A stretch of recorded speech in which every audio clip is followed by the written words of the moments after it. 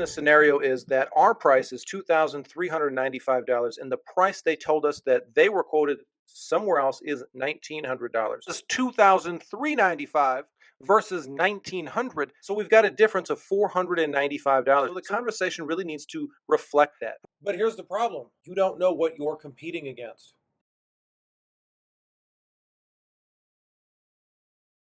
And when a customer is really unsure about price, they don't want to tell you. Prospects very rarely come out and say, hey, this is my rock bottom price, right? Because we're conditioned to negotiate, to haggle, to try to get a discount. People don't want to be sold, so they're a little nervous to give that information up. And that's why I talk about going beyond believability and being that field director that people feel comfortable being vulnerable with. So to give you the real quote, to give you that informational concession, it takes them feeling comfortable enough to be vulnerable and give you that. They don't want to give you that if they think you're just going to turn around and use that to sell them. And if they think you're just trying to sell them, they're not going to open up. They're not going to become vulnerable. They may believe what you're saying, but they're not going to trust you enough to become vulnerable and tell you, hey, listen, we got this quote over here. We're feeling this way. This is our real concern. We have to flesh out that real concern. And the only way we can do that is by asking it, not telling it. Because if we don't get that real concern, they're going to want to go think about it, or they're going to demand a discount, or they're going to use another quote to kind of retaliate against your sales efforts and protect themselves. And they're going to leverage that lower quote to get you to either discount or to get off the phone with you.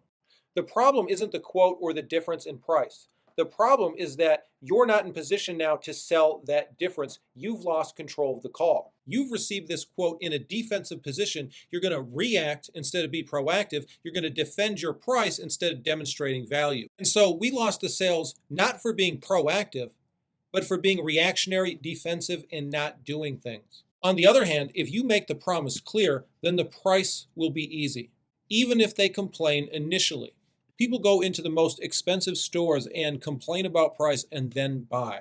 Here's what's happening. Prospects call in. They want to get in, get out, make their decision on price because they think all services are the same. They don't want to pay too much.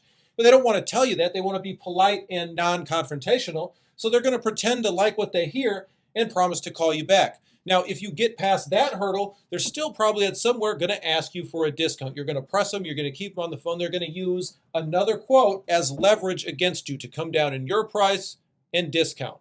We don't lose business because our price is too high.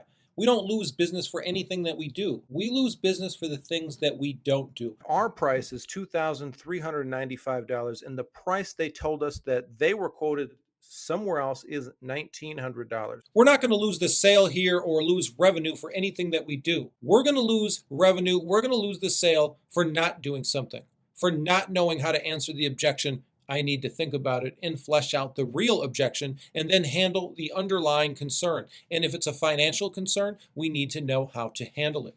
When we don't tell families what's on the menu, our price is $2,395, and the price they told us that they were quoted somewhere else is $1,900. So we've got a difference of $495. The situation is that most times the prospect does not tell us what the other quotes are. They're not going to say, hey, you know what, you're too expensive. They're going to want to get off the phone in the most polite, non-aggressive way. They're going to say, well, I really need to think about it. I'll call you back. In the other instance where the prospect has given you the other quotes, they're using them as leverage against us so that they can, show the unreasonableness in our price, get us to come down, get us to discount. If we're struggling to close sales, persuade families, if we're not getting the answers that we want, it probably means that we're not asking the right questions. And that's what I mean when I talk about talk track, questioning, sequence, having the right words. On the one hand, we have pressure-filled hard sales. On the other hand, we have easy sales, sales with prices that have been made easy from promises which are clear. Now, if we're not getting the right answers, we're not asking the right question. And personalized and emotionally attuned service starts with asking the right questions. And it's the difference between meaningful service that's worth 20 to 35% more than service which is generic and is often discounted. If we want to eliminate sales pressure and close effortlessly at top dollar, at a high rate, more easily and in less time than ever before, then we need to eliminate unqualified price quotes. And it's easy. All that requires is a small shift in perception, right? It requires a small shift from leading with value where prospects feel sold to leading to value where prospects feel at ease and actually buy from you.